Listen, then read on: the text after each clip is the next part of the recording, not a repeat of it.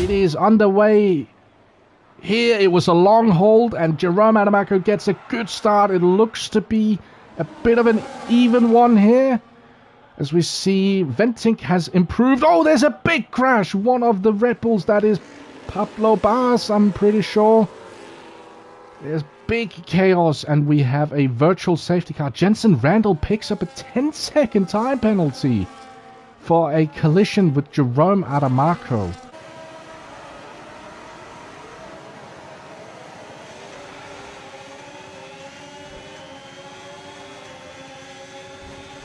Oh, Kirama! Well, what happened?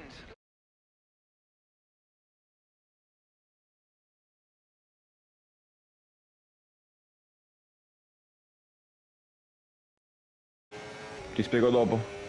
Oddio! Oh, oh, oh! No, no, no, no, no! Ho forato. Adamaco with the fastest lap, naturally. But here we go, a move for P1. Jensen Randall swings to the outside and takes the lead. Oh, bit of a lock up there from the Briton, but he keeps it. And he is now ahead of Adamaco heading on to lap 2. These two have raced together for a long time. They know each other in and out. Oh, big white moment there. And we see Esteban Galindo ahead of them. Had a big off as Ivan Brito spins it. Or half spins it. He keeps it pointing somewhat in the right direction, but he loses a couple of positions.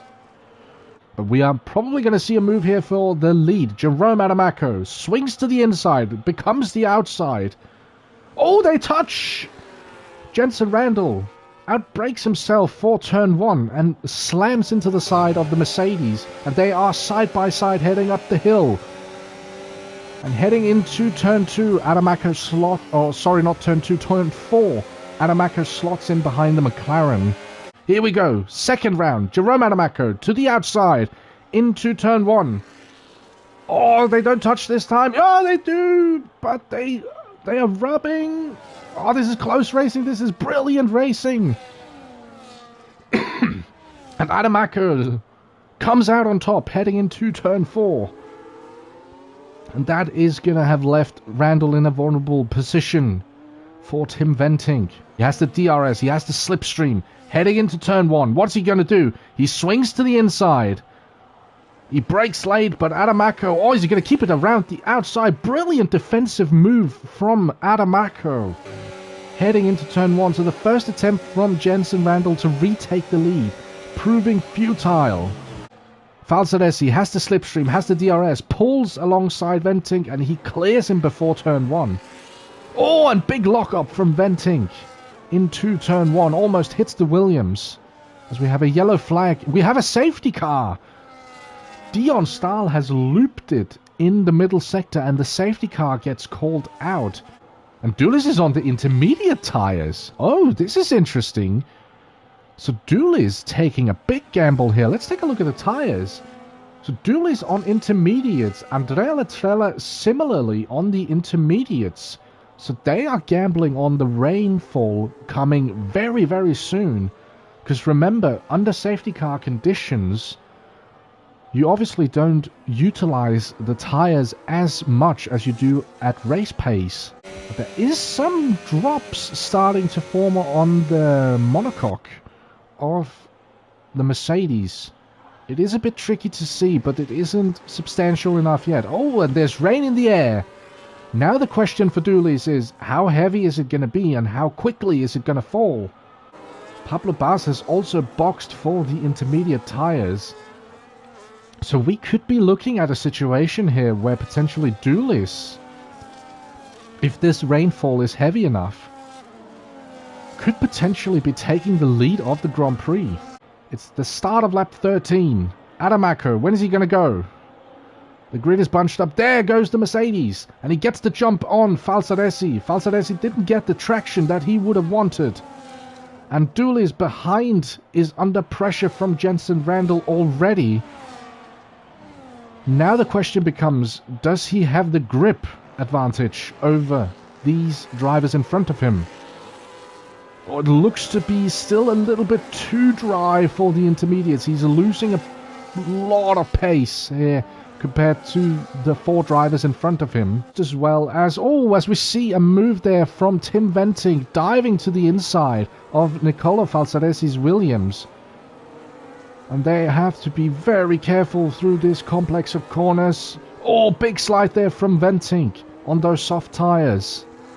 And into the penultimate corner, they're going side by side. Esteban Galindo has retired, and we're going to have another safety car here on lap 14. That's lap, 14. My bad.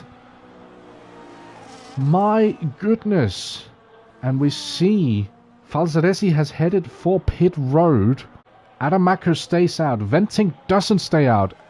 Doulis is heading into the pits. Oh, interesting. What is happening here? So Doulis is heading into the pits. Let's just follow him, because he was already on the intermediate tires. He is he's going for the soft tires. Interesting. Meanwhile, what has Venting decided to do? He is on slicks as well, it looks. So the rain doesn't look to be coming down as heavy as maybe some of the drivers originally thought. But we still have a bunch of drivers out on intermediates. And there we go. Jensen Randall with a big slide.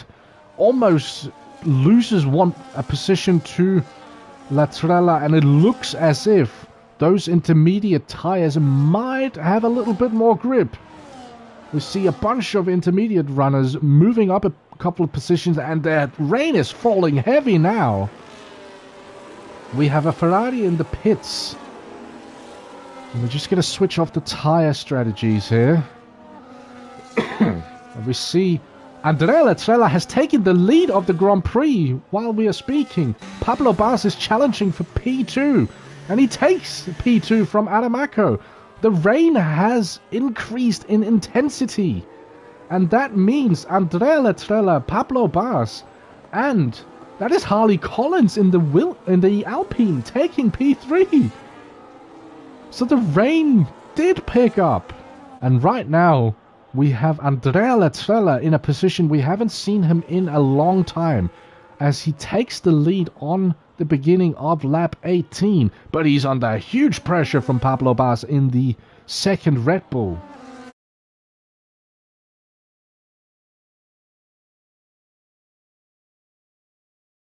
As the rain has stopped. With 11 laps to go, we don't see any more rain. So now the question becomes, how quickly does the track dry? And eventually when it does dry, because I do think it will, what is it going to do for the Inters? And what is it going to mean for the slick runners? Now the slick runners, they will have to generate a lot of heat into their tires here in a short amount of time. I do wonder if it's still difficult. It looks to have fallen into favour as we see a move for P3. Bit of argy-bargy there between Falzaresi and Collins. We see Andrea Latrella heading into the pits. So does Pablo Bas. And what is it going to do? Where are they going to filter out? That's the big question. Let's have a look. So Adamaco, the first of the slick tire runners, at the moment when Latrella entered the pits, was 29.6 seconds behind the V-carb.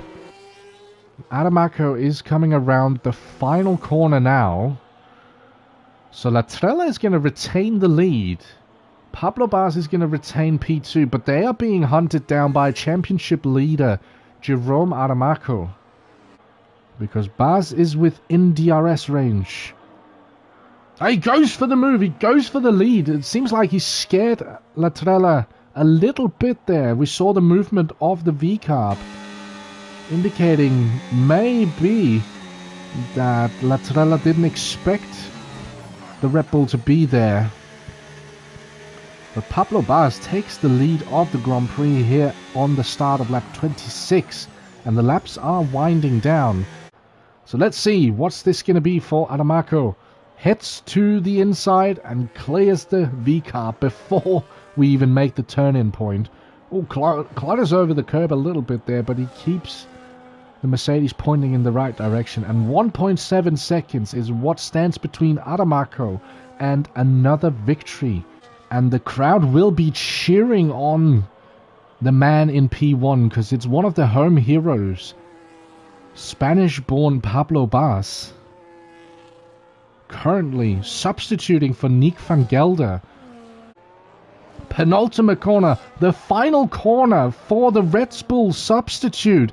Pablo Bas on home soil takes victory here today ahead of Jerome Adamaco after a crazy race.